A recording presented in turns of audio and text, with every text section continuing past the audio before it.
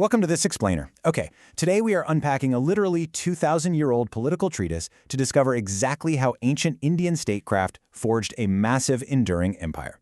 It's an incredible story of strategy, geography, and philosophy, and we've got some fantastic visual evidence to guide us through the whole thing. So, let's jump right in. Let's start by setting our geographical stage. If you look at North India between the 6th and 4th century BCE, things were changing rapidly. Notice the rise of Magadha right here. This is modern-day South Bihar and its adjoining areas. Powerful early kings like Ajatashatru played a crucial role in establishing Magadha as a dominant center of power. They essentially fused what were once 16 distinct large kingdoms, known as the Mahajanapadas, into the foundation of India's very first great empire. But Magadha didn't just get lucky, right? They were perfectly positioned. They sat directly on the ridiculously resource-rich, fertile land of the Ganga Plains. They had abundant forests giving them timber and, crucially, war elephants. But the real game changer? Iron ore from the nearby hilly regions. The discovery and application of iron completely transformed their agriculture, with heavy iron plows turning the tough soil to massively increase food production and, of course, their warfare, outfitting their army with lighter, sharper iron weapons. So, with all this immense geographical and technological power up for grabs, it begs a fascinating question, one we're absolutely going to answer today. Once you actually have all these resources, what is the blueprint for a perfect empire? Like, how do you govern it so the whole thing doesn't just collapse? Here is our roadmap for today. 1. Rise of early empires. 2. Kautilya and the Mauryas. 3. The blueprint of governance. 4. The 7 pillars. And 5. The core philosophy. Let's kick things off with Section 1, the rise of early empires. To see what all those resources actually looked like in action, just take a close look at this beautifully carved panel from the Sanchi Stupa. You can literally see soldiers riding elephants and horses into battle, on foot, laying siege to a city. It perfectly visualizes how local resources, specifically the timber, the mastery over elephants, and those sharper iron weapons we talked about, were mobilized to create an absolutely unstoppable military force in the region. Moving right along to Section 2, Kautilya and the Mauryas. Okay, so we're looking at a massive pivotal transition in history here. On the left, we've got the vast but failing Nanda Empire, ruled by the highly unpopular Dona Nanda. Big territory, terrible leadership. But then, around 321 BCE, which is just a few years after Alexander the Great left India, a brand new dynasty emerged to overthrow them. This was the mighty Maurya Empire, founded by Chandragupta Maurya, which very quickly absorbed all of those old territories and started expanding even further. But here's the thing. Chandragupta absolutely did not pull this off alone. The real mastermind behind this dramatic shift was his mentor, a brilliant guy named Kautilya. You might also know him as Chanakya. He was a teacher at the world-renowned Takshashila University, and the legend goes that he was insulted in the court of Dhanananda. Furious, Kautilya vowed to end what he saw as an evil rule. So he used his deep, almost astonishing knowledge of politics, governance, and economics to mentor young Chandragupta and help him seize the throne. With Kautilya's strategic genius backing him up, Chandragupta completely reshaped the map. I mean, look at this.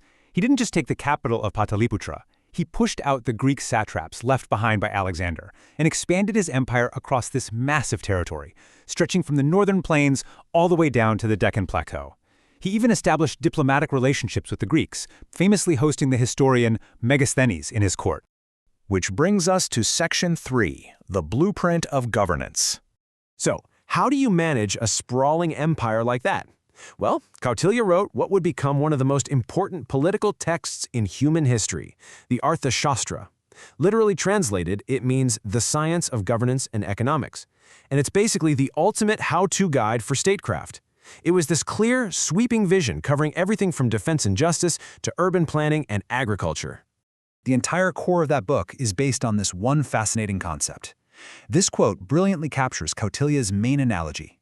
He believed a prosperous, stable kingdom wasn't just, a patch of land on a map. To him, the state functioned like a living, breathing human body made up of 7 essential, interconnected organs working closely together. He called this the Saptanga theory. Let's dig into that in Section 4, the 7 pillars. Notice this incredible ancient scroll right here. It visually breaks down these 7 organs that Kautilya argued absolutely must work in total harmony for an empire to survive. It's a completely holistic view of society. You've got the king at the top, the territory, the fortified towns, the treasury, the forces of defense, the allies, and the ministers. According to Kautilya, a settled, well-protected kingdom requires peace and warfare to be meticulously balanced across all these elements. Let's walk through this breakdown, because it's pretty brilliant. First up, you have the Swami, or the king, the central leader. Second is the Amatya, the ministers and high officials running the actual administration. Third is the Janapada, which importantly includes both the physical territory and the citizens who live there. Fourth is Durga, the fortified towns protecting everyone from invasion. Fifth is Kosha, the treasury, because obviously you can't run an empire without wealth. Sixth is Danda, the forces of defense handling law and order. And finally, the seventh element is Mitra, your trusted allies who stand by you when things get tough. Every single pillar is utterly reliant on the others. And finally, Section 5, the core philosophy. Okay, so the really big takeaway here is how surprisingly grounded Kautilya's vision was. Despite operating this massive grand empire, he knew that real power ultimately came from rural economic activity. He explicitly said the king has to actively build up the countryside, constructing water embankments and road bridges, and fiercely protecting the villagers. Plus, a strong administration was needed to enforce strict law and order. This meant detailed laws with very specific punishments designed to relentlessly root out corruption and any activities that hurt the well-being of the people. This brings us to Kautilya's absolute, unbending demand for leadership. A ruler has to completely ditch the mindset of a selfish ruler, the guy who only cares about his own personal desires. Instead, he has to be strictly people-centric. As the text points out, a king shouldn't consider as good only what pleases him, but has to treat as beneficial whatever pleases his subjects. The public's interest always comes first. Which leads us directly to this incredibly powerful quote from the Arthashastra. In the happiness of his subjects lies the king's happiness, in their welfare his welfare. I love this because it proves that the ultimate goal of all those fortified cities, massive armies, and overflowing treasuries wasn't just vanity or ego. It was entirely dedicated to the prosperity and happiness of the common people. For Kautilya, that was the true measure of a successful state. As we wrap up this explainer, I really want to leave you with this final thought to ponder. Look at everything we've covered today.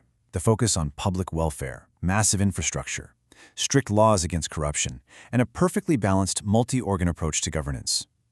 Does Kautilya's amazingly structured system sound to you like ancient history from 2 millennia ago, or the exact blueprint we are literally still trying to use for modern nations today? It's pretty amazing how timeless the science of governance truly is. Thanks so much for joining me as we unpack the Arthashastra and keep exploring.